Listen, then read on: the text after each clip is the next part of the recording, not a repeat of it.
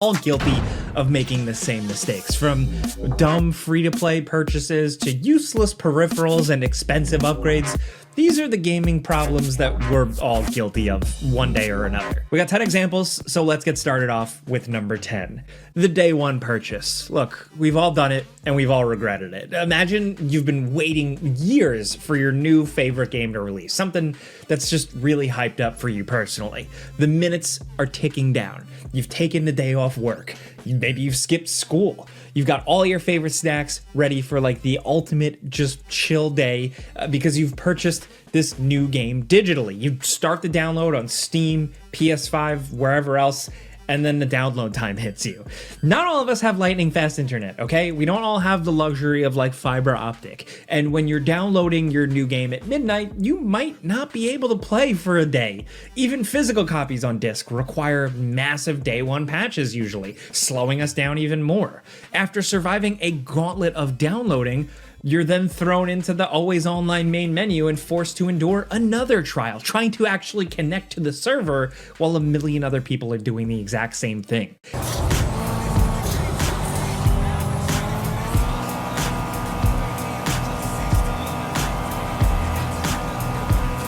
And if you somehow do all that, you're stuck with a game that was released too early, probably needs multiple patches, and you're playing a version of the game that will always be worse than the perfected version down the line. While all of that isn't always true for every game, a lot of it is common. We've all been through this scenario. If you've bought more than one video game in your life, especially modern video games, you felt that same desperation. You know, we bought too early. We pre-ordered.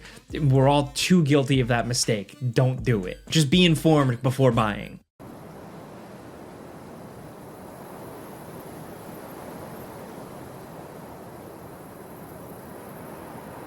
Now, next over at number 9, games today, of course, are packed with downloadable content. You know, weapon skins, cosmetics, playable heroes, or common drops that activate our collective gamer FOMO, or feeling of missing out. And nothing scratches that itch for some people quite like that cosmetic-only battle pass. The evil geniuses at Epic struck gold with the Fortnite battle passes, selling a mini-game within a game, tasking you with objectives and levels to unlock, all to earn skins and other random cosmetic bits you probably wouldn't buy otherwise. Some people really get hooked on these things. And fighting games are the worst. You feel like you need every character. You need every costume, especially for Mortal Kombat. Those character packs are sick. But the way they do it in these games, you know, opening the menus in a character select and seeing all the characters you don't have, it can really sting a part of your gaming brain. I'm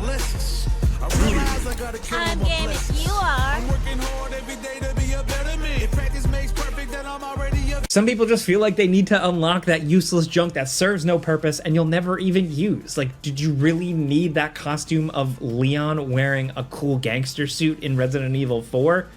Yes, absolutely. But that pales in comparison to like the worst gamer problem of all in here. After, say, buying a premium battle pass, and I'm not saying you should, but if you do, you'll still end up probably being too busy with your backlog of games to play through it all. There's never enough time for games, and we're absolutely guilty of wasting money on downloadable content we'll never actually be able to play.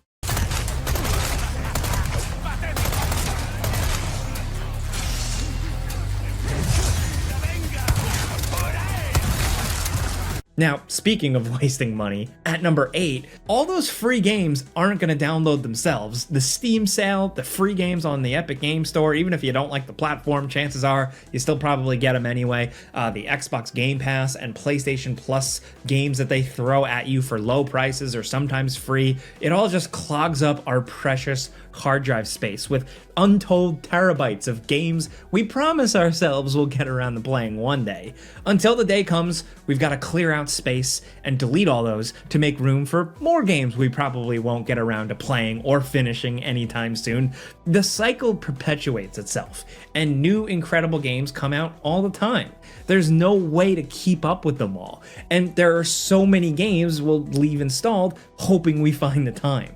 Downloading a bunch of games or free games often feels more aspirational than a fun reward, and like if you're on Xbox Game Pass, you can't keep those games forever even with a subscription. Just having too many games, I know, is the epitome of what people say like first world problems, but the gamer edition, and the problems are real. The backlog is only getting bigger with every new game release. And when there are way too many games to play, we'll end up just starting a new seed in Minecraft instead. You always go back to what's familiar, right?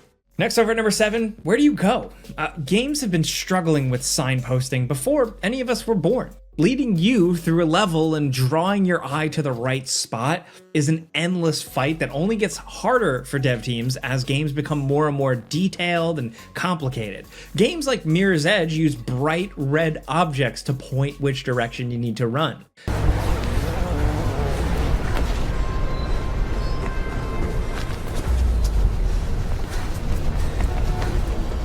Other games like Dishonored would use a big pointer to guide you towards your objective.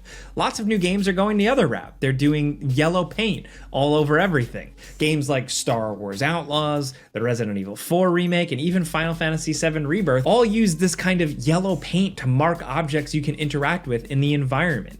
It's so common that lots of players are kind of getting annoyed at the practice, or at least pointing it out. Some games actually let you turn off these signposting features at least. But believe it or not, when that stuff is off, we're all getting lost immediately. Call it a skill issue, call it bad observational skills, but these games were often designed with a lot of that indicator, that yellow splatter, in mind. Games like Dishonored are fun to explore without the big map marker, but other games quickly become nightmare exercises as we struggle to figure out what little bumps in the wall you can climb on and what you can hop over, or maybe what you can break. Turning off visual aids makes for a more immersive experience, but getting completely lost in a place that wasn't designed for you is basically the realistic experience of wandering around a forest. If you love getting completely lost, turn everything off and enjoy rubbing into walls until you find the way forward.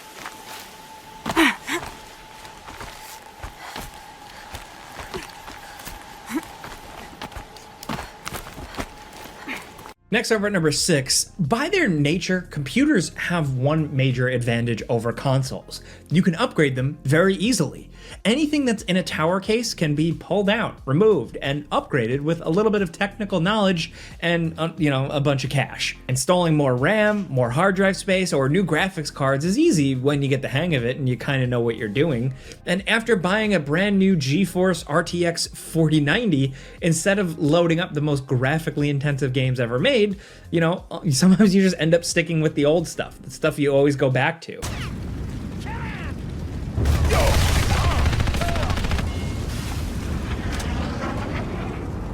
Let's see the blistering frames per second we'll get on Doom. No, not Doom Eternal, we're talking the original Doom from '93. And when Doom is too system intensive, maybe we'll load up like Chrono Trigger on Steam. We keep going back to the old standby games, even after spending $2,000 on the best graphics card imaginable. Gotta get those extra few frames out of something old like Counter-Strike, right? And to top it all off, we'll often install all these old games on an SSD where that extra speed doesn't really do anything to help the performance, but it feels nice moving those files around so fast at least. Next over at number 5, some games are easy to start but hard to keep going. Games like Witcher 3, Fallout 4, even something like Elden Ring drop you into a big world to explore and let you go any direction you want to go. Then you forget what you were doing after being distracted for 2 months and have to start from the beginning. One of the latest and best examples of this phenomenon is Baldur's Gate 3, a game with an extensive character creator and lots of choice in the early chapters, but it's so long that if you take an extended break, you'll literally have no idea what you're doing now if you jump back in. What are the best items? What are the best spells? I don't remember. What are we doing? It's time to start over. These types of games are often so stifling with choice. Like they're easy to get lost and need to start over. But then you've got new games like Mario Wonder or Kirby and the Forgotten Kingdom. Instead of progressing the game, we're stopping to unlock every single collectible in every level.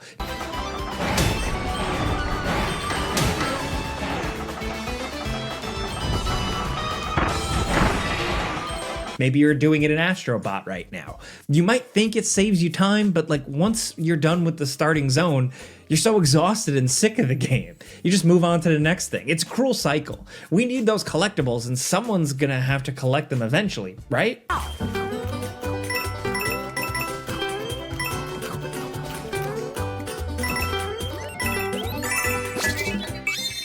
Now for number 4, creating your own character is a gaming rite of passage. Sure, you can pick the default character at the start of your next 100-hour plus RPG, but what's the point if you don't customize every atom of your hero?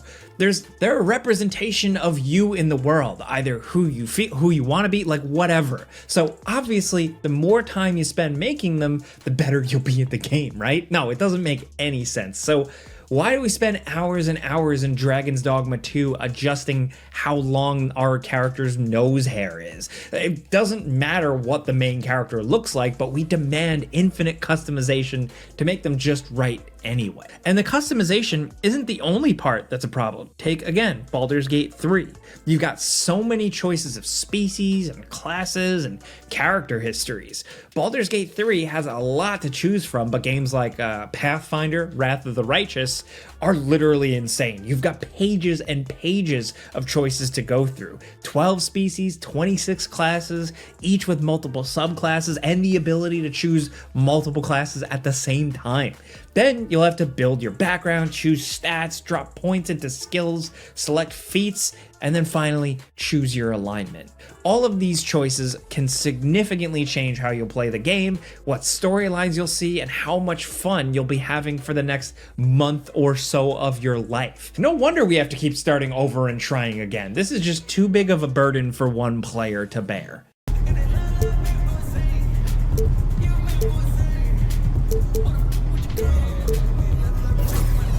Next at number 3, coming from that, games are meant to be beaten.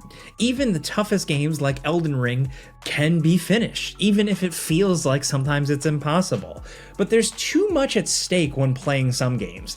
I have to know what happens when I make a choice. I have to know if siding with a faction in Starfield is going to permanently change the story, or if there's a way to change fate before a big character death in Alan Wake or something. Like, games are so full of mystery. You never know when an insignificant detail might totally change the nature of the game. And put in your time, and you're guaranteed UC citizenship and everything that comes with it. Discounts on UC goods and medical services, chance to own a place in New Atlantis. So we're looking up guides before even attempting to interact with the game. Some people do this. You may be guilty of this. Hit a puzzle you can't solve? Look up a guide. See a weird door with a strange symbol? Google it. We don't do this for every game, but the allure of guides is everywhere online. It's always there. All it takes is one quick keystroke and you'll have the bottomless well of the internet and information to drink from. Some games are telling us how to solve puzzles before we have time to even process them. Looking at you, God of War Ragnarok.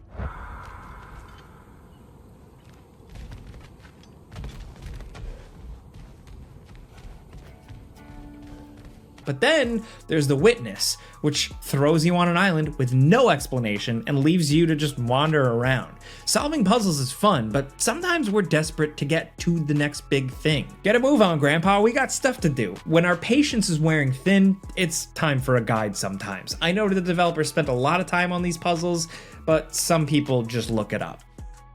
Now at number 2, games like Wolf 3D and Doom didn't just have difficulty levels. We're not talking about easy, normal, and hard here. These games had stuff like Don't Hurt Me and Bring 'em On modes. The challenge here is totally implicit. Choose the lower difficulty and you're a big baby. Do you want to cry, you big baby? No. As big, strong gamer boys and girls, we can beat any difficulty level, no matter how hard. And no, we're not gonna lower it. Games like Devil May Cry 5 almost immediately ask if you want to lower the difficulty after just like a death or two. And that's the kind of humiliation we'll never accept. Other games like Metal Gear Solid 5 reward you with a chicken hat if you turn it on in the settings. You look ridiculous, but you'll be able to run around and get spotted multiple times without setting off an alarm.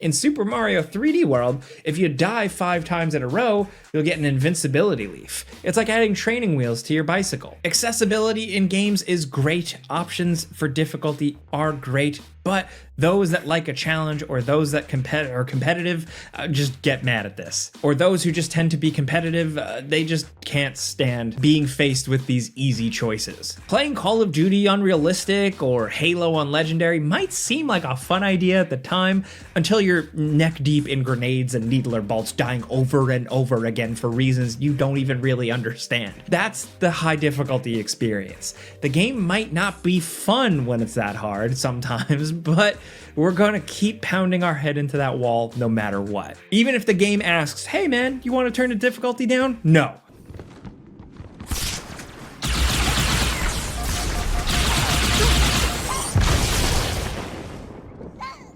Now at number one of the biggest gamer problems we've experienced is a matter of perspective. We've all played a game we hated and finished it anyway. Games are long and they just seem to keep getting longer. Games we've talked about already here today, like Baldur's Gate 3 and Final Fantasy VII Rebirth, can take up to 100 hours or even more for a single playthrough. If you're gonna stick around that long, the game better be good. Not all games are good though, unfortunately. And we've all played a game we hated and just kept going, hoping that maybe we might hit something interesting or the game will improve. Maybe you'll get better gear to make it cooler.